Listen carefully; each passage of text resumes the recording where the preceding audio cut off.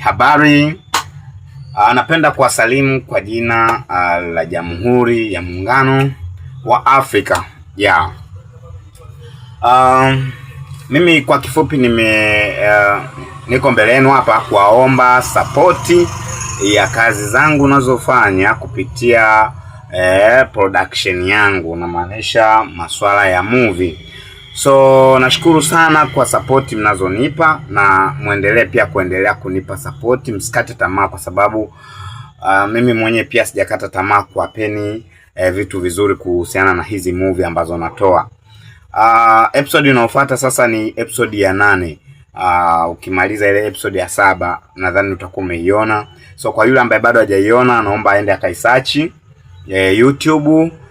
Jina la movie linaitwa Kikao cha Dharura, lakini jina la media ni J Black. Kwa hiyo unaweza kwenda ukaisearch pale J Black ukaipata hiyo movie ya Kikao cha Dharura. So kwa yoyote yule ambaye anataka kushare, anaweza akamtumia na mwenzake ili aweze kuonesha sharafu kubwa sana. Lengo niendelee kufanya kitu kizuri zaidi. Na kwenye upande wa TikTok pia natumia J Black, Instagram pia J Black, YouTube pia J Black.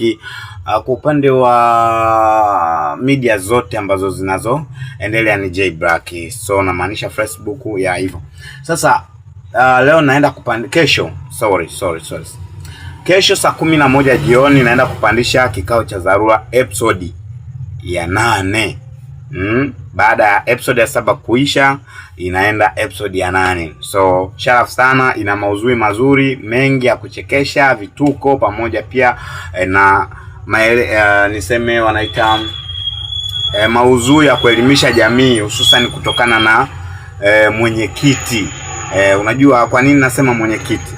Kuna wenyekiti wengine si wazuri kwenye eneo wanalotawala. Kwa hiyo ukitazama hii movie itakupa ukweli kuhusiana na eneo unaloishi, na mwenyekiti wako anaendana na kile ambacho anakifanya au la. Kwa hiyo asanteni sana, endelee kunisupport. Mimi sijaishia hapa, na naendelea kuposti kazi kila day. Naomba usubscribe, ushare, comment hivyo na nakupenda sana.